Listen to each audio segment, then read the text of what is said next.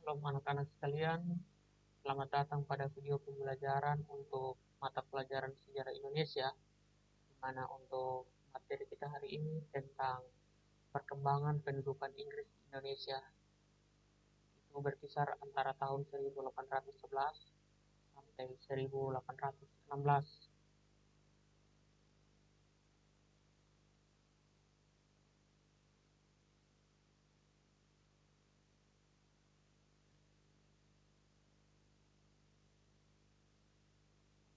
Baik, tujuan dan uraian materi.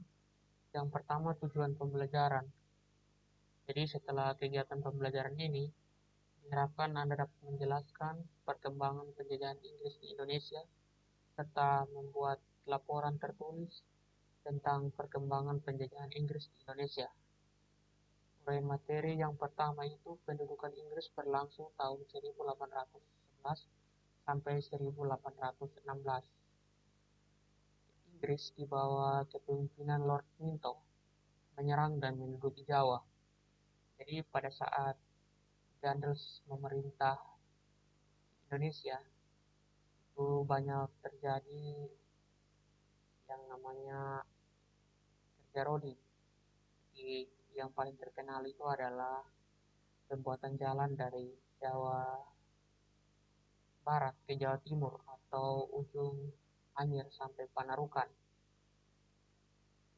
Jadi setelah itu maka kabar kekejaman dari Deanders ini sampai ke negeri Belanda sehingga Louis Napoleon meminta atau memulangkan Deanders ke Belanda. Sebagai gantinya ditunjuklah William Jensen untuk menggantikan posisi Deanders di Indonesia.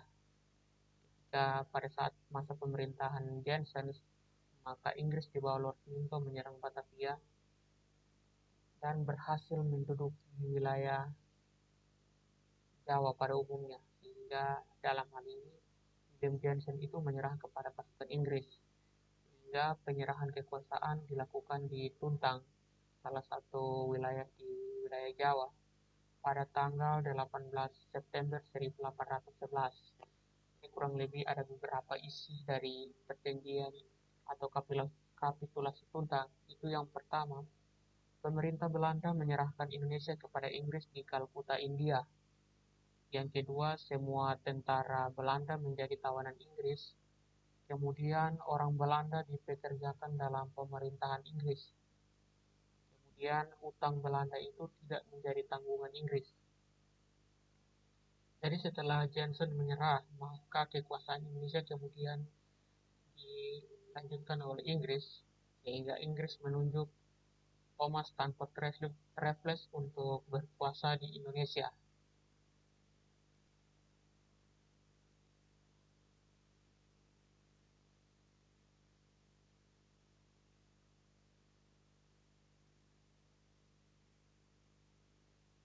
Baik setelah Raffles berkuasa di Indonesia atau ditunjuk untuk menjadi penguasa atas Indonesia, maka Raffles itu menyerapkan beberapa kebijakan.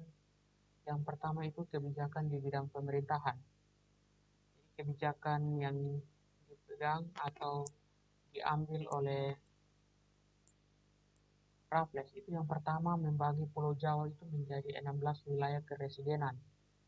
Jadi wilayah-wilayah keresidenan itu seperti ada Madura, Banyuwangi, Besuki, Pasuruan, Surabaya, Gresik, Rembang, Jepara, terus ada Grobongan, Kedu, Semarang, Pekalongan, Tegal, Cirebon, Batavia, Banten, dan Banten. Jadi kemudian yang berikut membagi ke 16 keresidenan menjadi wilayah kabupaten dan dipimpin oleh seorang bupati. Kemudian bupati tersebut dibantu oleh seorang pati. Jadi tugas pati adalah pengawas wilayah teritorial. Kemudian yang berikut itu kepala presiden itu membawahi bidang pemerintahan, peradilan, dan juga pajak negara. Kemudian kebijakan di bidang ekonomi. Yang pertama mengganti kebijakan kontingenten dan verplice leveranti dengan kebijakan land rent. Jadi kebijakan kontingenten itu sudah diterapkan sejak zaman VOC. Jadi kontingenten itu merupakan kewajiban rakyat untuk membayar pajak sesuai dengan harga yang sudah ditentukan oleh VOC. Sementara verplice leveranti itu adalah penyerahan paksa berupa kebijakan VOC yang mengharuskan rakyat untuk menyerahkan hasil buminya kepada VOC.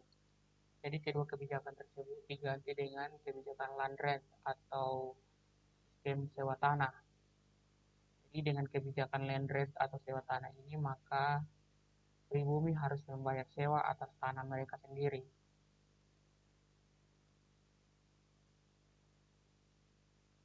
Bagaimana kebijakan ini dijalankan?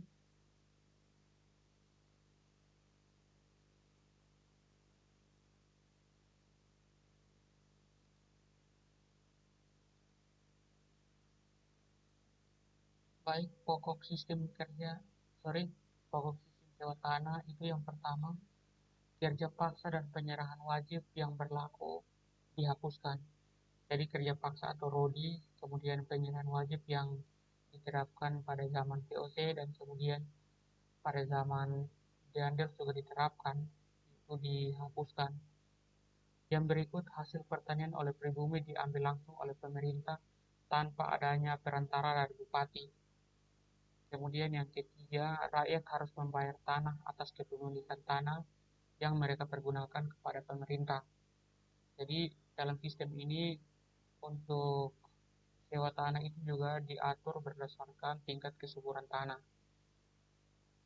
Namun kebijakan sewa tanah yang diterapkan oleh Raffles ini mengalami kegagalan.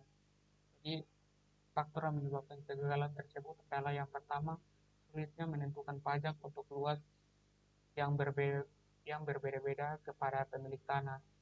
Itu dikarenakan juga karena sulit menentukan besarnya pajak. Kemudian yang berikut sulitnya menentukan tingkat kesuburan suatu tanah. Dikarenakan tingkat kesuburan tanah itu berbeda-beda sehingga untuk menerapkan sistem kebijakan tanah, sistem kebijakan sewa tanah itu mengalami kegagalan karena kesuburan tanah itu juga berbeda-beda sehingga sulit menerapkan atau menentukan jumlah pajak yang harus dibayar. Kemudian yang berikut terbatasnya jumlah pegawai. Kemudian yang berikut sistem uang belum sepenuhnya berlaku di daerah pedesaan.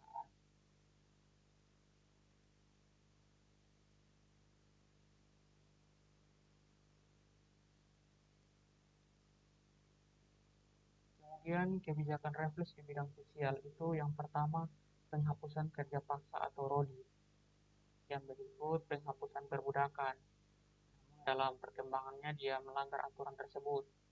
Ini dikarenakan dalam perkembangannya dia pernah mengirim tenaga kerja kepada sahabatnya yang berada di Banjarmasin. Ya, bisa dikatakan itu juga merupakan sebuah perbudakan. Kemudian ada peniadaan bank atau disakiti. Itu adalah sebuah hukuman yang diterapkan yaitu melawan harimau.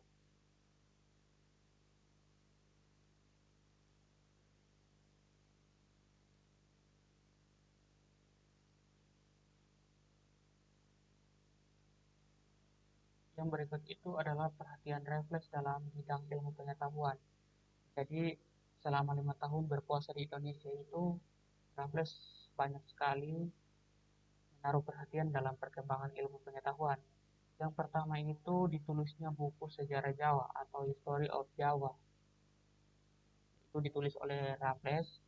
Kemudian memberikan bantuan kepada John Crawford untuk melakukan penelitian yang menghasilkan sebuah buku dengan judul History of the East Indian Archipelago atau Kepulauan Nusantara. Dia memberikan bantuan berupa dana kepada Residen Jakarta untuk melakukan penelitian dan kemudian menghasilkan sebuah buku yang berjudul History of the East Indian Archipelago atau Kepulauan Nusantara. Gambarnya ada di samping sini. Kemudian dia itu orang yang mendukung Batavia's Genosstab. Jadi ini sebuah perkumpulan yang membahas atau perkumpulan untuk pengembangan ilmu pengetahuan. Kemudian ditemukannya bunga Rafflesia arnoldi. Kemudian dia juga berandil besar dalam dirintisnya kebun raya Bogor.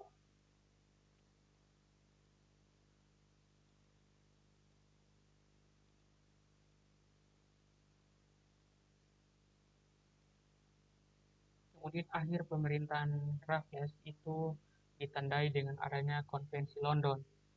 Di Konvensi London itu isinya Indonesia dikembalikan kepada Belanda.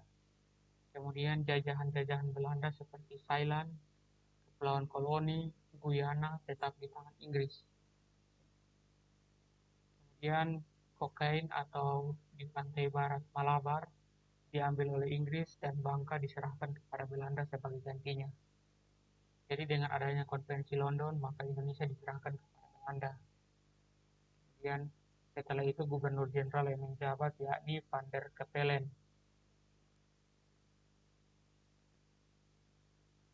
Kemudian setelah masa pemerintahan Raffles berakhir, dia tidak kembali ke negeri Inggris, tapi kemudian menduduki daerah Semenanjung Melayu dan membangun daerah tersebut, dan kemudian menamai daerah tersebut dengan nama Singapura.